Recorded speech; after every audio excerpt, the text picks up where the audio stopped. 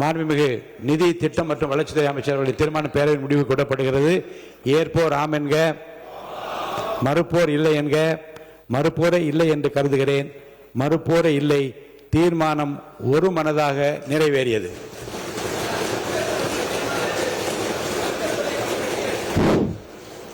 பேரவைக்கு ஒரு அறிவிப்பு.